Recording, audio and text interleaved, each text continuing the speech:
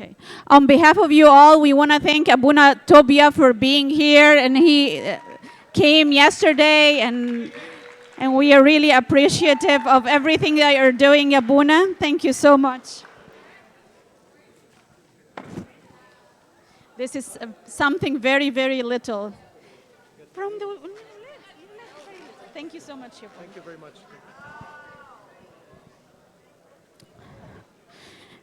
And of course, we cannot show enough our appreciation for Abuna Anthony.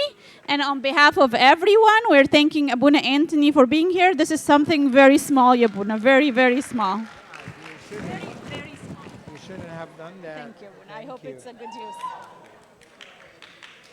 All right, right now, okay, I have a bottle of water, and I have a cold one full in the back, and a spray bottle, and we're going to be circling around you with a bottle of water. You know why, right? I'm spraying you, yes. Okay, have a seat, and please give your full attention to Abuna Anthony. Again, we have 4 that have not completed. Thomas Nashid, Mark Azmi, and Philip Hanna need to have their parents fill the waiver. And make sure that your name is on the list. All right. We're going to continue. Oh, yeah.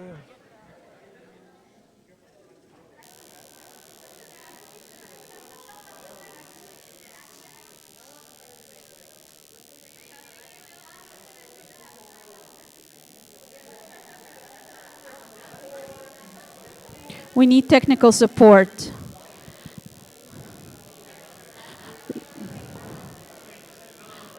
Uncle Amir Mikhail is close by.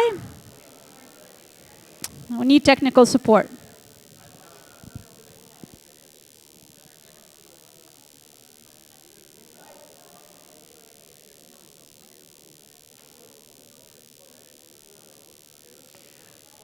Okay.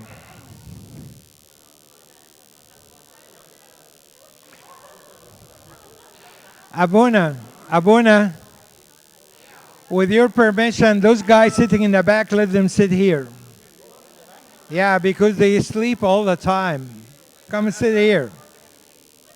All of you. Come sit in the front. Because I know this social club. Good.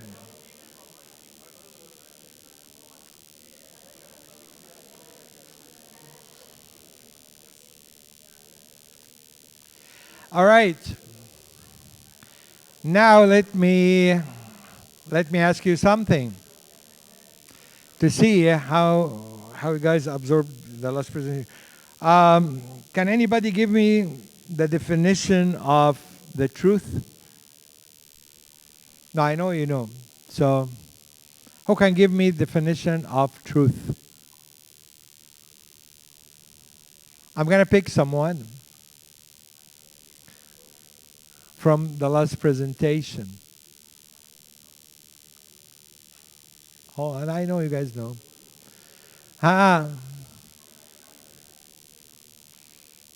What the definition of truth? Go ahead.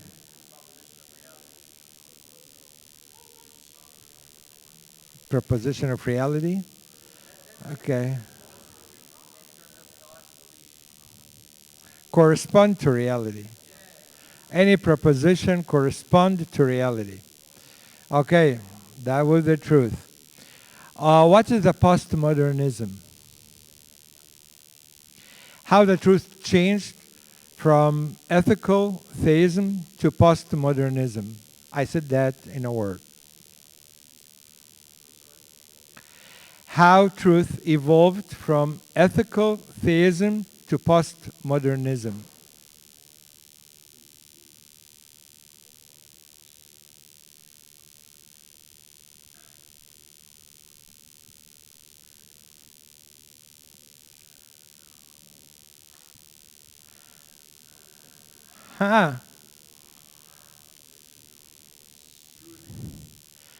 No, truthiness, that's a new postmodernism. Okay, I said how truth evolved from ethical theism to postmodernism.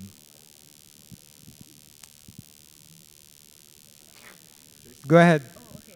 So it went from like objective to subjective, and it became more normalized for a subjective truth than an objective. Something, but no, but I said something specifically about this. I said it passed through 3 stages. In ethical theism, truth revealed to us by who? Oh my God, you guys were not there. I said through ethical theism, truth revealed to us by God. And modernism revealed to us by what? Science and logic. And in postmodernism, there's no truth at all. It's just a mixture of culture. So you need to know that. It's very important. And in ethical theism, truth revealed to us by what? By God. We know God says the truth all the time.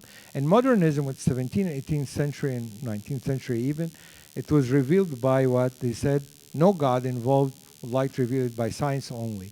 In postmodernism, which is late 20th and 21st century that we're in right now, no truth at all.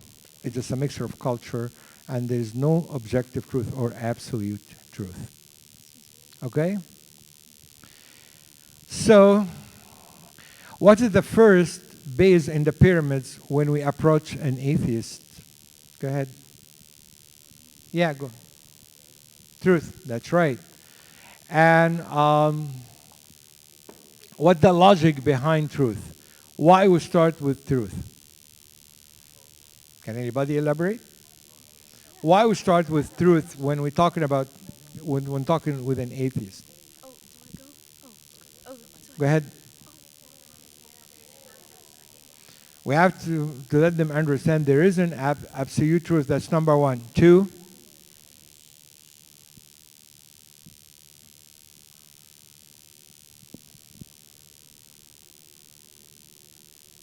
you need to challenge your mind, guys. What's wrong with you? School's over? Well, no, it's never over. Okay. Facts, I can prove it to them. Yeah.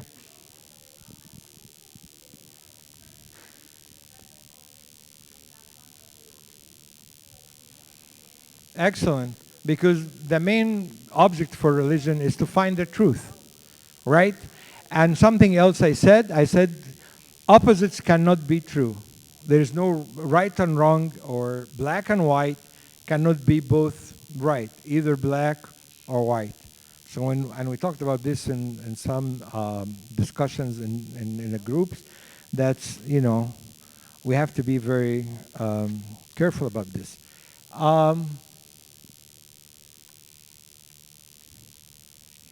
Where is that controller to change the slides? I think I don't have it here.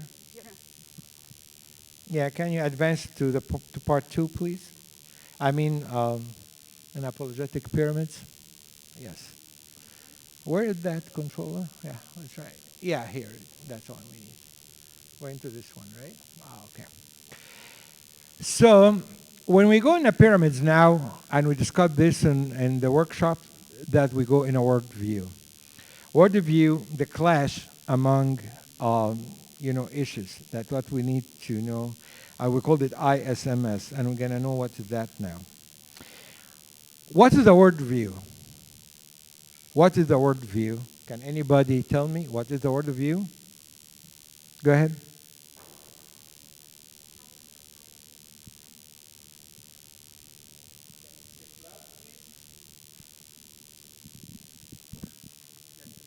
It's a perspective that people have on like the world and the society and the people that are in the world. Okay. And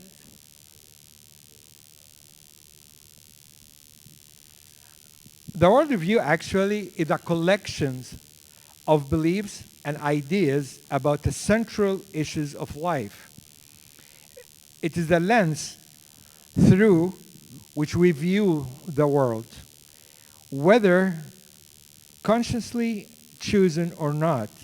Broadly speaking, every religion or ideology can be found within one of three categories: theism, atheism, or pantheism. So any worldview can lie in these three choices: either atheism or theism or pantheism. And the worldview, actually, the lens that we see the world around us. For example, I'll tell you something about this worldview, and we're going to talk about like Eastern mysticism, for example. I was in Dubai a few months ago giving a lecture also I was giving the same lecture, actually. And one of the guy worked with a Hindu guy, and there are a lot of Indians in Dubai. And this guy, of course, believes in Hinduism. Then he told him that my God is a monkey I have. And they told him, what? And he said, yeah, I have a monkey. I believe he's my God. And he told me, the guy, take the monkey in a desert in Dubai and have like a shrine for him and offer incense. And he said, this is, God incarnate in this monkey. And he started to believe that and of course this guy cannot eat meat or anything, or even chicken or anything, because they believe all gods. So the drama escalated when that guy, the Christian guy, told him, what if this monkey died? And he said, no, he's not going to die. So then, well, they happen one or another, choice is going to die. One day he's going to die. And he said, if he died, his soul is going to incarnate in another creature, and I will discover it, and I'm going to follow him. And the Christian guy told me, what should I do with this guy? I said, just pray for him, because there's nothing else you can do. Imagine that a god of a person is just a monkey. Go and worship him in a desert and offer incense to him. And he said, that is my God. And I believe if he died, his soul is going to incarnate to another, maybe a monkey or another human or whatever. And another thing I read like a few days ago also, a lady, her husband died, and she has like a male cow in her, place, and she believed that cow was her husband, came back in a form of cow. I said, he's actually acting like my husband exactly with me. And she dressed the cow and, offer incense also and stuff. And said, that's my husband. He shares with me everything when I talk to him. And he talked to me. And I believe this is my husband incarnate in this cow. That's actually the pantheism or reincarnation. That's one of the worldview that, don't be surprised, there are more than Christians in the world. Population of, of Buddhism and Hinduism is more than Christians. So we laugh about this now, but imagine maybe more than half of the world believe in this nonsense. And they believe, that even they take the urine of the cow and have a shower with it, they really going to be cured from some disease and stuff. That's a worldview. And that's why they worship cow. They worship, they can't even kill a roach, in the floor or do something, and they have to keep everything like that because they believe this is an incarnate. So that's our worldview that we have to have, and we have to deal with it. Another worldview is very important to know. It's called deism. Deism is what? God beyond the universe, but not in it. And actually, Voltaire believed in that. Thomas Jefferson, which is the President of the United States, believed in that. And Thomas Paine is one of the thinkers. He said, God created the world, and after that, he left it. And one of them have an example. They said, like you have a clock. You invent a clock, and you let it run, and it's run automatically by itself. I have nothing to do with it anymore. So the God created the world, left it as is, and he doesn't care. And they try to do that to explain pain and suffering, because pain and suffering is a result of God does not exist in the world. He outside the world. طبعا there's finite Godism. It's said finite God exists beyond and in the universe. They said there's God, but he's a finite. He's not all almighty. He cannot do everything. He's not all knowing. Not all this stuff. He's not there. And actually, there's a lot of people believed in this. Polytheism, there are many gods beyond the word and in it. You know who believed in this? Mormons. Have you heard about Mormons? Okay. Yeah, that they wear the white shirt and go beyond door to door. They believe more than I had many encounters with them many times, and they believe that there are many gods.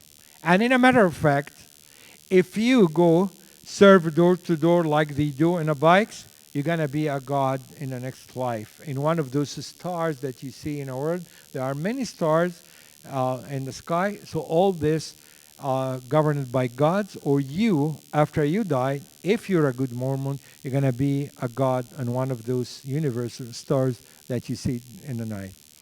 I don't know where they got this from, but that's what, they believe it. And actually, before I go further, I would like to tell you something. I watched an interview happen in the night of the New Year's of Millenniums.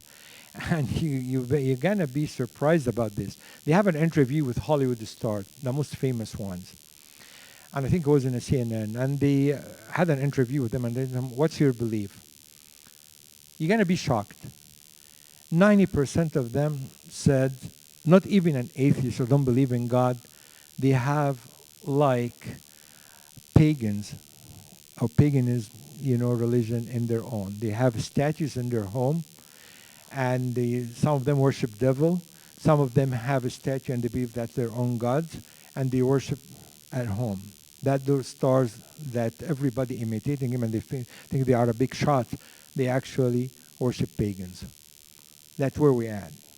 That's why it's not surprising for us to see the whole world changing, because only few of them are really Christians, and they said, yeah, we don't scare to say we're Christians.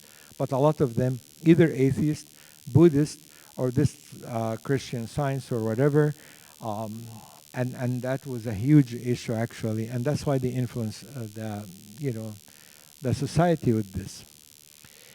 The 5 fundamentals questions: how we judge a worldview, if it is right or wrong. I need you to follow these 5 steps in any time you get exposed to different religion. If there are God, and what is God like? What is the ultimate reality? How is knowledge obtained? Where is the basis of morality and value found? Who are the human beings? Apply those 5 questions in any religion or any, I don't want to say religion, maybe philosophy. And then you will see if this is really a true one or not. So for example, in theistic religion, like Judaism, Christianity, and Islam, there's one God, so that's definition of God, a creator of all. He's all-knowing, all-powerful, all-present, all-good. Ultimate reality in theism is God, who is beyond the physical realm of existence, acquire knowledge through our 5 senses and other means, including revelation and scripture. That's theism. By the way, somebody asked for this presentation. I have a copy, left it here, and it's not copyright. You can have it anytime I revise it if you need to read it again. What is the basis of morality in theistic revelation in Judaism or Islam or Christianity? The basis of morality is God.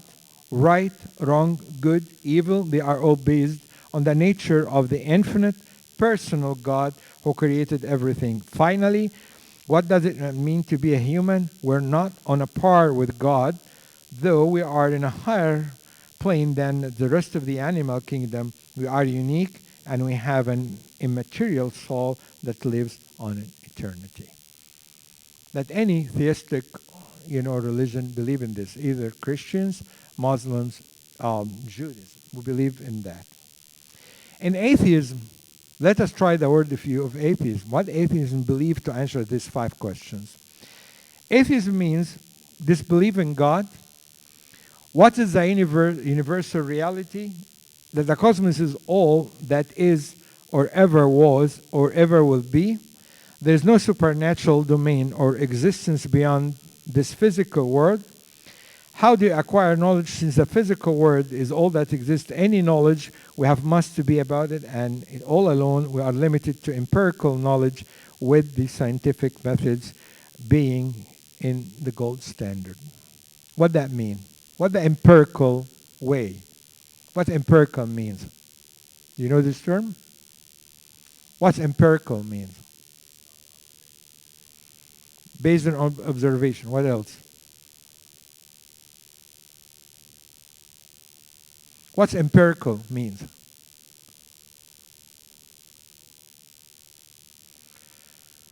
That's something you do in a lab and you see like a physical result, on you. It's something that you watch and see and observe and see a physical result in front of you. Yes, sir. Yeah. But has a proof, a physical proof, like something you do it through science or hard science to observe. So they said the only knowledge we know, it's only through hard science, the thing that we know. And we cannot imagine there is other metaphysics stuff, nothing beyond the physical world. So God, definitely in metaphysics, we cannot approve God's metaphysics. Yes? Okay. All right. What about morality in atheism? Where they got morality from? If you ask an atheist, what's your guidelines of morality? How he can answer this? Morality is what?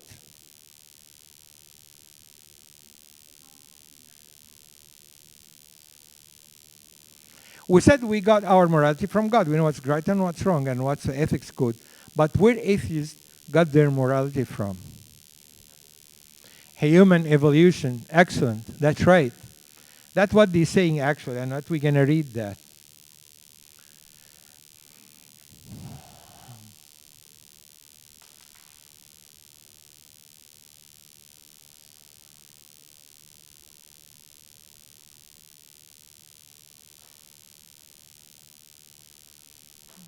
I don't know what happened here.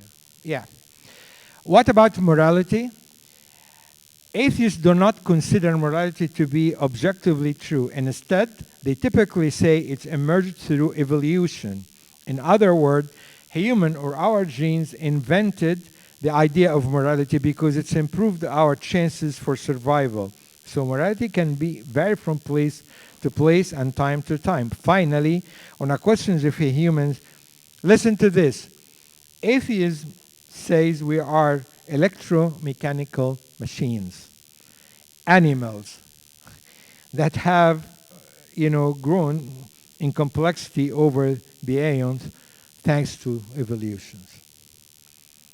So imagine 3 questions atheists cannot answer. Where are you coming from?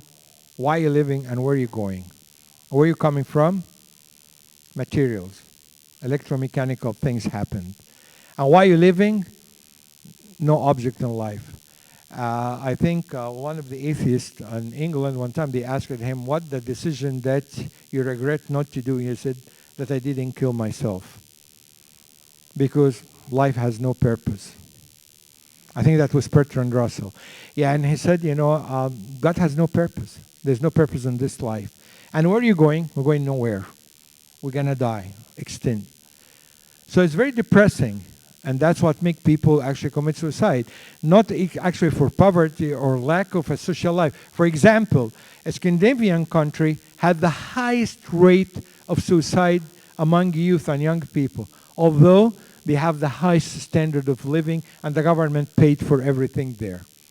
Even if you have children, education is free. And if you have more than 3 children, the government pays your full salary and you don't have to work, just have time to raise your children. And people commit suicide because of emptiness. Life has no purpose. So they believe that evolution is just govern our morals. So now, since our morals try to approve transgender and gays, well, evolution that permit that to happen, and now we can have transgender or whatever because that's good for the culture and society and from place to another. Type what's in pantheism? Pantheism does not have a single form. I remember one of the teacher when he taught us about pantheism, he said it's a very boring, you fall asleep when you start talking about pantheism because it's a very boring process. It's something, that you keep doing and keep saying and you don't know where to start and when it's going to end and nothing came out of it. Pantheism does not have a single form. There are both philosophical and religious aspects to it. Generally speaking, there are no ultimate distinction in the universe. There is no God. And all is changeless. All is one, and all is God. Or Brahman in Hinduism. In short, God is one with the universe. As for the ultimate reality, it's God indistinguishable and indiscernible. All this the distinction are maya or illusion. Animals, plants, insects, rocks, you, me, and everything is one and the same ultimate. So, when you reach enlightenment, you be a god. That's pantheism. It's very funny, and they have tons of books. For example, for Buddhism, if you study Buddhism, it's just like thousands of books you have to read to be a Buddhist. And finally you reach something called the enlightenment or a higher something, and then you're going to be enlightened one. And when you're enlightened, actually name Buddha is enlightened one. So you're going to be enlightened, and you will realize that you're God, and you didn't know all this time you're God, and you didn't know till you reach enlightenment. 2, objective good and evil are illusory. There's no such a thing called evil. In pantheism, they don't believe in evil. It said evil is imaginary. It's all in your head. There's no something called evil. And how you judge evil, I really don't know. One time I asked the person, I told him, what's your definition of sins in pantheism? He looked at me clueless and he told me, well, for me, I don't know. And he started, tell me, like go in this circular thinking, and I didn't get nothing out of it. And I told him, just please define for me what is sin in pantheism, in Buddhism or Hinduism. What is that definition of sin? He failed to tell me what is it. Because for them, good and evil, it's something in your head. There's no such a thing called good and evil. The pantheistic Mary Baker Eddy, who founded Christian Science, said, evil is but an illusion. It has no real basis. Evil is a false belief. So, if I go to this person, this Mary Baker, that if she found the Christians, if I go and kill her son, she's not going to believe this is evil? Of course, there is evil. And we recognize there is evil. So I can't say this evil is something imaginary. What about those crime happened everywhere? What happened in the whole world is going in a mess. There's no evil? Yeah, they said, there's no evil. It's only in your head. And this is something really you need to be aware of it. Who are humans? That's a funny part in pantheism. For pantheists, we are God. We are a spiritual divinity. We are one with the universe, but unfortunately we are under universal illusion. And as a result, we don't realize our divine nature. Thus, our goal is to recognize this truth and win release form of this illusion so we can see and experience the God that we really are. You're God, imagine. You're God and you don't know. But all what you need a revelation to remove this illusion from your head, to realize that you're God, that you never know and you didn't know. Think about what happened in Eden back when Adam and Eve were there. What the devil told Adam and Eve. When you eat from this fruit, what's going to happen to you? You'll be like God. Isn't that the same thing echoing after many years? You'd like to be like God. It's a devil in a new form. And you know what? It's a cool form. It's no philosophical thing. It's something cool. It's a new century. It's a new ideology. You have to be enlightened to believe in that. To believe I'm God? Yeah. Well, that's what the devil wants you to believe. You're God. You open your eyes and you be like God. That's what exactly the devil wants us to know. And actually put it in their mind, you're like God. So we are one with God or God, and we didn't know even that we are God till we got enlightened and we know that we are God. Between atheism and pantheism, there's a comparison, but I don't want to go through this because in morality is survival mechanism. Everything is God, everything is one. I don't want to bore you with this slide.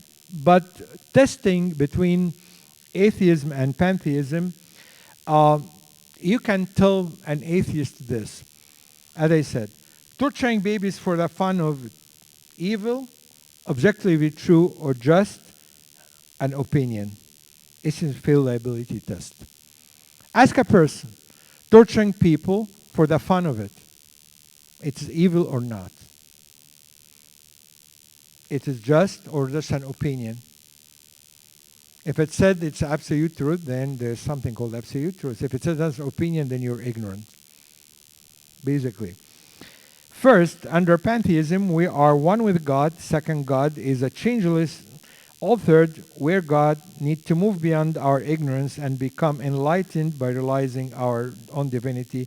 These statements are logically incoherent. Again, the ability test is failed. I copied something from a very famous scholar because one time I tell you this is a funny thing. They said, what happened to Jesus between age 12 and 30? Can anybody tell me?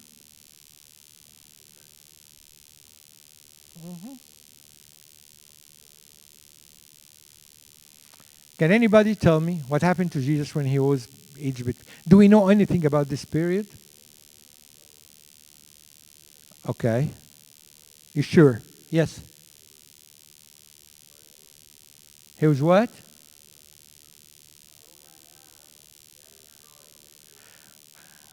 Okay. Did he go anywhere out of Jerusalem or Bethlehem or Nazareth or anything? Of course he don't. Because when he grew up, people said what? Said we know him, we know his family. He was raised among us and we know his family, who was Jesus. Right? But a lot of Buddhists said Jesus actually it was in a History Channel one time. They said Jesus between age 12 and 30, he went to China and he was hiding there and he was educated under Buddhists. That's why there is a very big similarity between Buddhism and Christianity. That's what they claim. Actually, that was one of the interview that they did in a History Channel and confused a lot of Christians. They said, why he disappeared all this time between age 12 and 30, he went there. And they said there's a lot of similarity between Jesus and Buddhism, and that's why Christianity copied a lot from Buddhism because Buddhism is older. And I have a scholar here. He is actually used to be a Buddhist, and that is one of the scholars that I'm going to tell you about him. He said, born into a Japanese Buddhist family, but a Christian since 1952, Yamaki was a sterling reputation in the academic world. One book called A Scholar Known for His Extreme Care and Sober Judgment with Historical Text. Award-winning historian Paul Meyer said that Yamaki was crystal logic and hard, potent evidence. That's a guy. That's what this guy said. He said the later source of Buddha, coming 500 to 1500 years after his life exaggerate the supernatural element of his life, it is even possible that some of the supposed parallel to his life to Jesus may have been borrowed from Christianity. The latest version of Buddhism actually back to the 2nd century, which is after the resurrection and after the Bible was spread all over the world. Buddhism changed over time. So the latest change and upgrade happened in the 2nd century. That was Afro-Christianity. And of course, they were jealous from Christianity that's spreading a lot. So they copied some stuff from Christianity to their teaching. And some of them said, hey, we have another God. He was also resurrected from the dead or something like that. Well, everybody was laughing about this because in their older version of Buddhism, there's nothing called resurrection or something like that. So now, failed the worldview to achieve the reliability test that we put for the 5 questions. For theism, of course, this is a fingerprint of God. Again, we're going to ask the same question. If there's a God, what's God like? What the ultimate reality? How we obtain the knowledge? What the base of morality and the value found? Where are the human being? In theism, we're going to go very fast in this. Word created, but ex nihilo, fine-tuning. What mean ex nihilo? What the term ex nihilo? You can see it, or I did not. Oh, I'm sorry.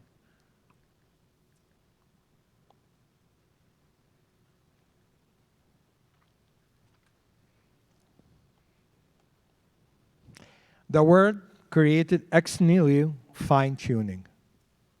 What's ex nihilo mean? I know I put some hard terms, but I would like you to know this because it's very useful for you. Ex nihilo mean out of nothing. But this is a very scientific word they use when you talk, or philosophical word when you talk to an atheist. Ex nihilo means out of nothing. Fine-tuning that God actually maintained the universe till today. Ultimate reality, of course, is God. Knowledge obtained through God and the Scripture. God is the author of morality and ethics code. Human beings are created on the image of God. So the pyramids goes fast now. We start with truth, word of view. I'm going to ask you about this in the end. We started with truth, word of view, theism, and now we're going to go to revelation. Because theism include what? How many religions include in theism? My God. 3. What is it? And Islam, they are all theism. But now we need to go and see why Christianity is above, and in the pyramids, and it goes through the truth among the 3 theism. So we start with truth, worldview, theism, and now revelation. Examine the following. Muhammad claimed to be the last of the prophets, giving the fine word from God and Quran. Millions hold Buddha as the truly enlightened one. Confucius believed he had discovered the way of wisdom. Hindus affirm that Krishna is an incarnation of God, of mankind. Atheists say there is no God at all. An untold number of agnostics do not believe or don't know that there is God. But how God revealed himself in Christianity? God spoke to Moses and prophet. God revealed himself publicly, eyewitness to both Judaism and Christianity. The good things about Christianity is testable. You can test Christianity if it's right or wrong. As I said in the morning in the other presentation, everything happened in Christianity was really real and happened in front of the people. We have an eyewitnesses for this. Jesus didn't make any miracles secretly. He didn't do anything, in a dark. No, everybody publicly saw what Jesus did. Even if you read the book of Acts, and now we're in a fast of the apostles, in the book of Acts, every miracle that the disciples did in the book of Acts was really publicly. when Peter cured the person, when he cured many people, they were sick. It happened public. Everybody saw that. But when you talk about Buddhists, Muhammad, anything like that, is there any can prove their religion? Nothing. But God actually revealed himself clearly in Christianity. So that's why Christianity, very revealed and very obvious in theism. Then the theistic religion are excluded except Judaism and Christianity.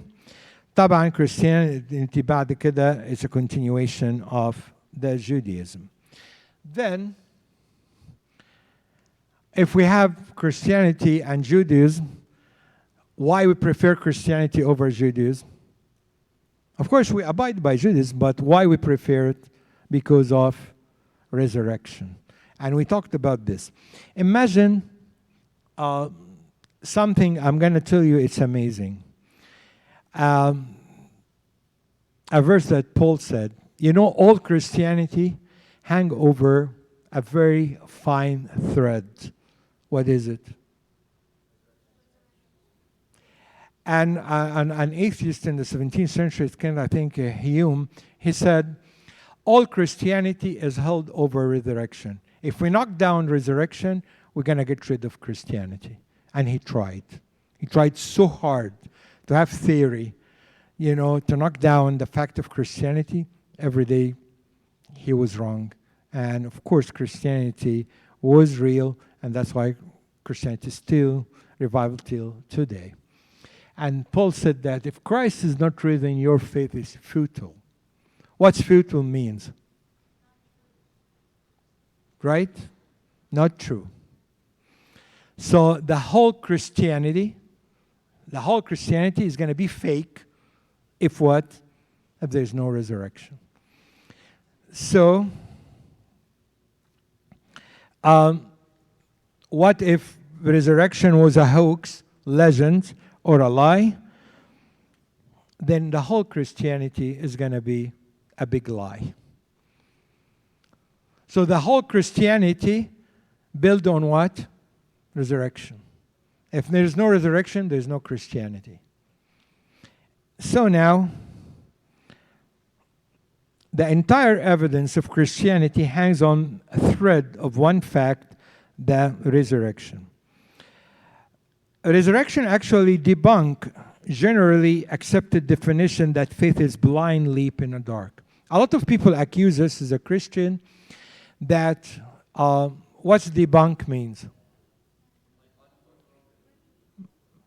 What's debunks mean? No. Mock.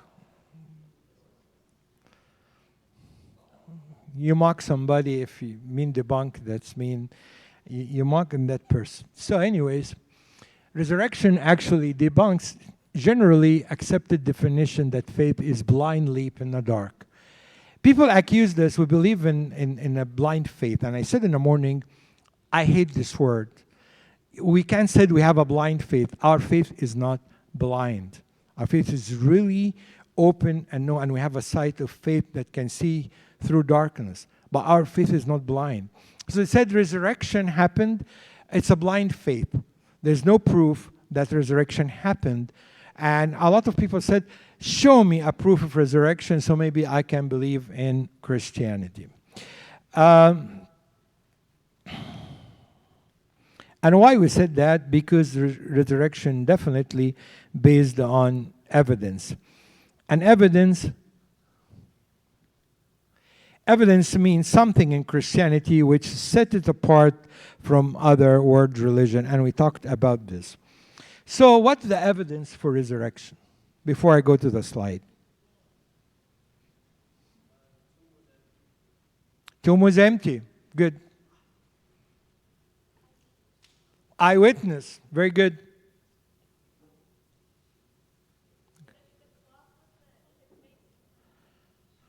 We can use that, but that's a weak evidence.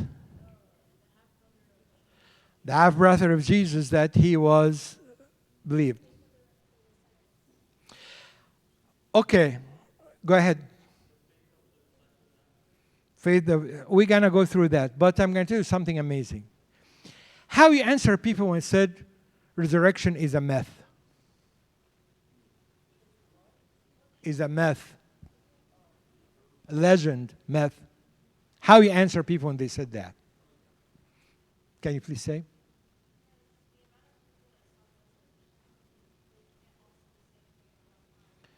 The amount of people they witness, but there's more scientific evidence. Can anybody guess what the scientific evidence when somebody tell you resurrection is a myth? Go ahead. What?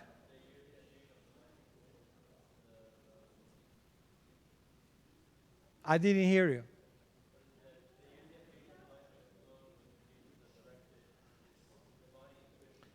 Yeah, I understand that, but how you answer somebody telling me resurrection is a myth, is a legend?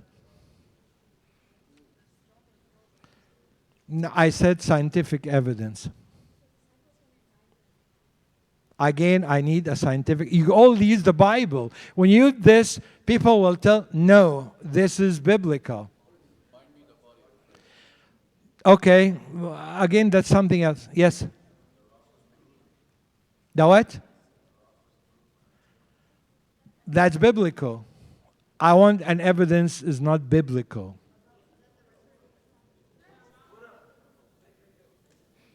Go.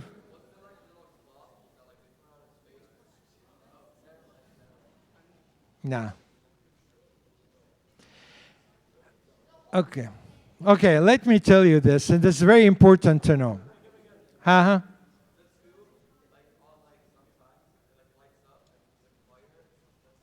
No. You can't use that.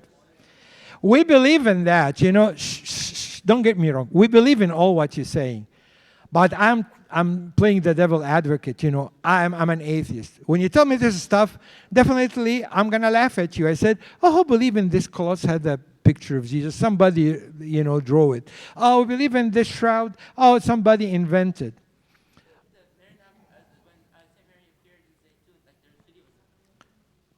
That's not proof of resurrection. I'm asking proof of resurrection. How we answer somebody tell you, this is a myth. I will answer this.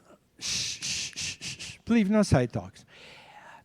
A study happened in Arizona University said to create a myth, at least or a legend, need 50 to 75 years after the event. Learn this. To create a myth about any incident, you need 50 to 75 years after the event to start diluted and said something wrong about it. But the amount of time after the resurrection to be spread, it's what? A week.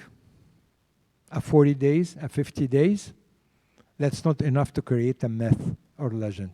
Why? You guys said it along with the questions, because there's an eyewitness. If now I'm here, and I said Abuna Antonius was here and did, a lectures. 50 days after, if you ask somebody, Abuna Antonius was here, I said, yes, he was here. He gave us a lecture, and we're sleeping. It was boring. We didn't understand things. That's fine. But this is a fact. It's not changed, right? Because it's only 50 days. But imagine 50, 70 years after, you transferred and said, was Abuna Antonius somebody here? Oh, not sure. Who's that person? What did he talking about? We're not, and he was talking about something. He did miracles in this lecture and everybody, we can invent a legend or a myth after 50, 70 years. But after 50 days, you can create a myth about this lecture? It's not likely. And this is actually scientific study. You cannot create a myth within 50 days.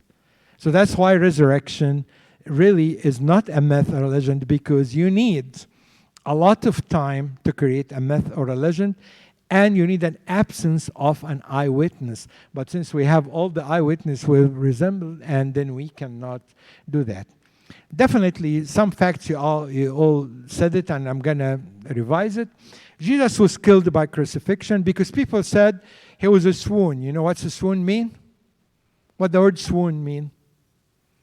Like drugged. They said the people who give them that sponge with the vinegar, it was had a drug, and he was drugged, and he wasn't actually died. And a doctor in California have a medical report about how Jesus died. The disciples believe he rose and appeared to them. Church persecutor Saul was converted. I would like you to imagine Saul like who? You know what Saul represent in today's world? ISIS. Imagine one of those ISIS guys turned to Christianity. That's exactly what happened to Paul. Paul was persecuting, dragging people from their homes, witnessed the killing of martyrdom of Stephen, and all this happened. So it was like one of ISIS, hate Christianity. What made him convert is a very good reason, that the resurrection and the things that he saw. And the skeptic James also, that was Jesus' half-brother, was converted, and of course Jesus' tomb was empty, and that's what resurrection. And let's give us the highest of the pyramids right now, which is Bible. Don't start a talk with an atheist with the Bible.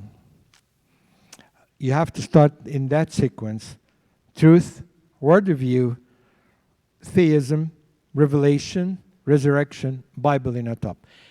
However, you can start from the Bible and go down, but you have to work so hard to prove the Bible, and you're going to go study in textual criticism and all this stuff, so you will know exactly how to answer the credibility of the Bible.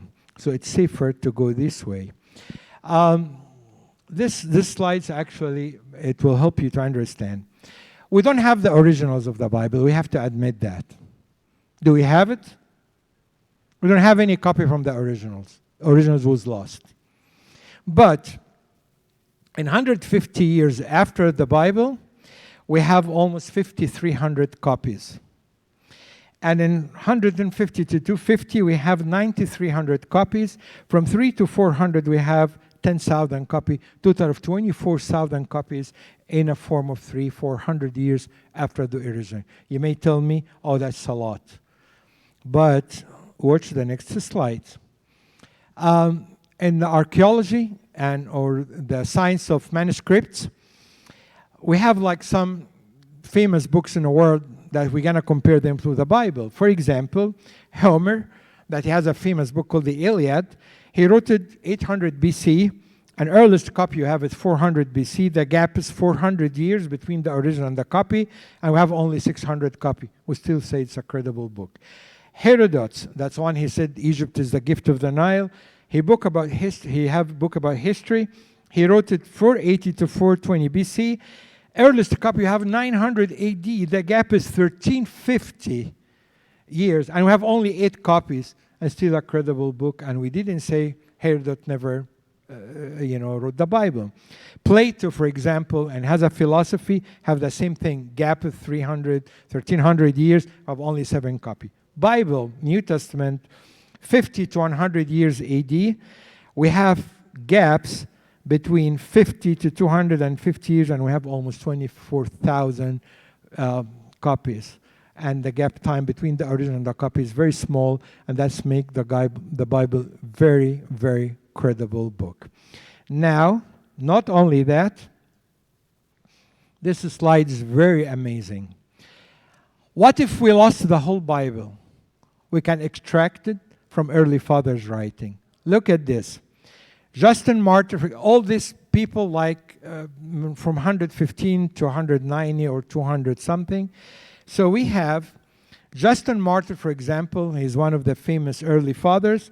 From his gospel, in his writing, he used 268 verses from the gospel, 10 from the Acts, 43 from Pauline, 6 from the Catholic, 3 from the Revelation, to 330.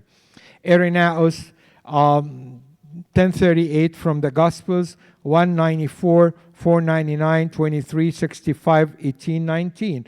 Origanus, for example, Origen or Clement, The same thing, almost 17,992 verses. Tertullian, Hippolytus, Eusebius, total of 36,280 verses was recorded in early fathers' writing in a form of 200 years.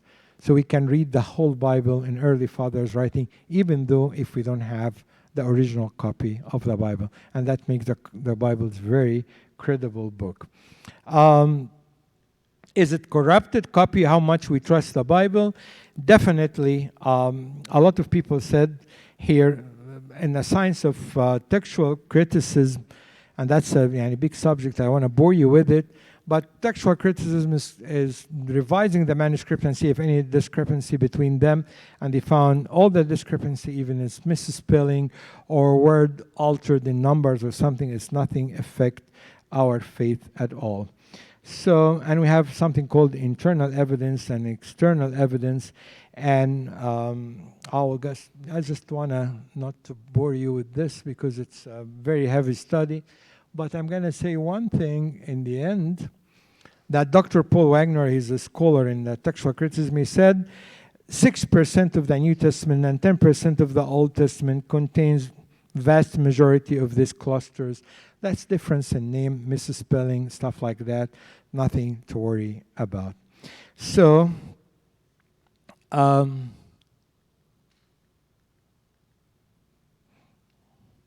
this is some copy of the early manuscript. One of them even back to year 125, which is like only 25 years after Christ, after the Gospel of St. John. And a lot of them now, there's an disappeared. There's a center now taking the old manuscripts and enhance it, and you can read it. And actually, we have a lot of manuscripts back from the 2nd century, emphasizing, the credibility of the Bible. So.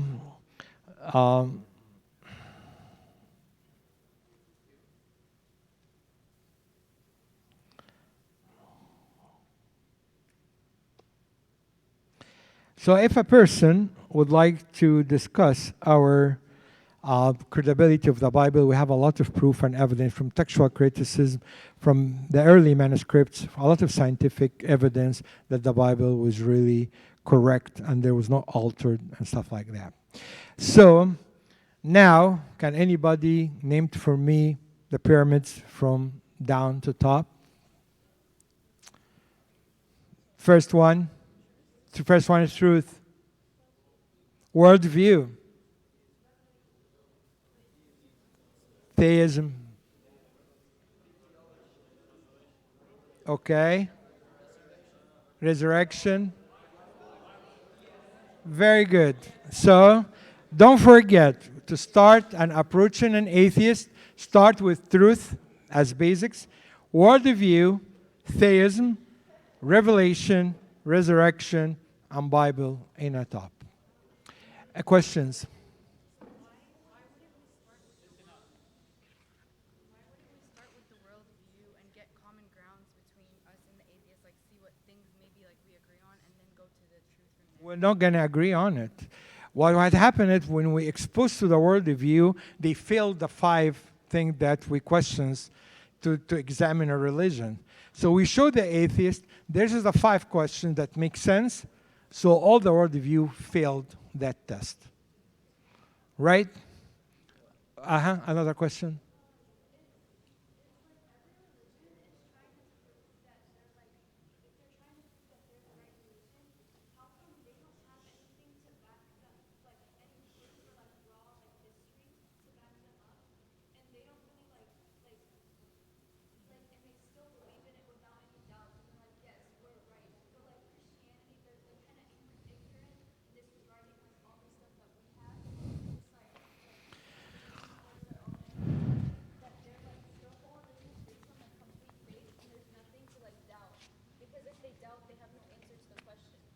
Okay.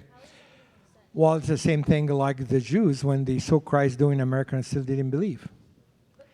Truth in front of them, but belief is a choice. Sometimes people, they don't want to believe. And sometimes it's a form of business, sometimes of, a lot of things like that. So it's not exactly the truth. All these pyramids work for the people who actually wants to know. But when they refuse to know, it's wasting of time. They can say anything, and that doesn't make any sense. And then you have to argue and argue and argue. But sometimes when the evidence is very strong, they can argue. But they think about it, and sometimes they, said, "Oh no, we can't do that." But later on, they think about it. I met one time a Muslim convert. I'll answer you in just a second.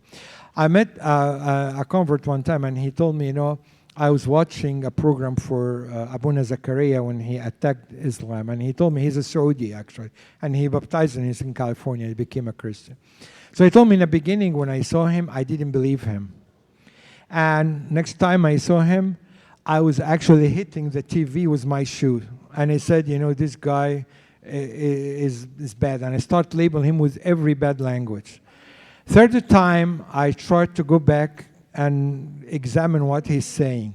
The fourth time, I went to the books that he referred and tried to check it and found he was right. After that, I took this book to my sheikh and I told him, explain this for me. And he said, you cannot argue about this. It's infidel to do that. Then when that time, enlightenment came to me and I realized that he was right and Islam is wrong. But that guy was willing to do that. Not everybody, want to do that. So it depends how you perceive the truth and would like to act on it. So, Yusuf, yes, go ahead.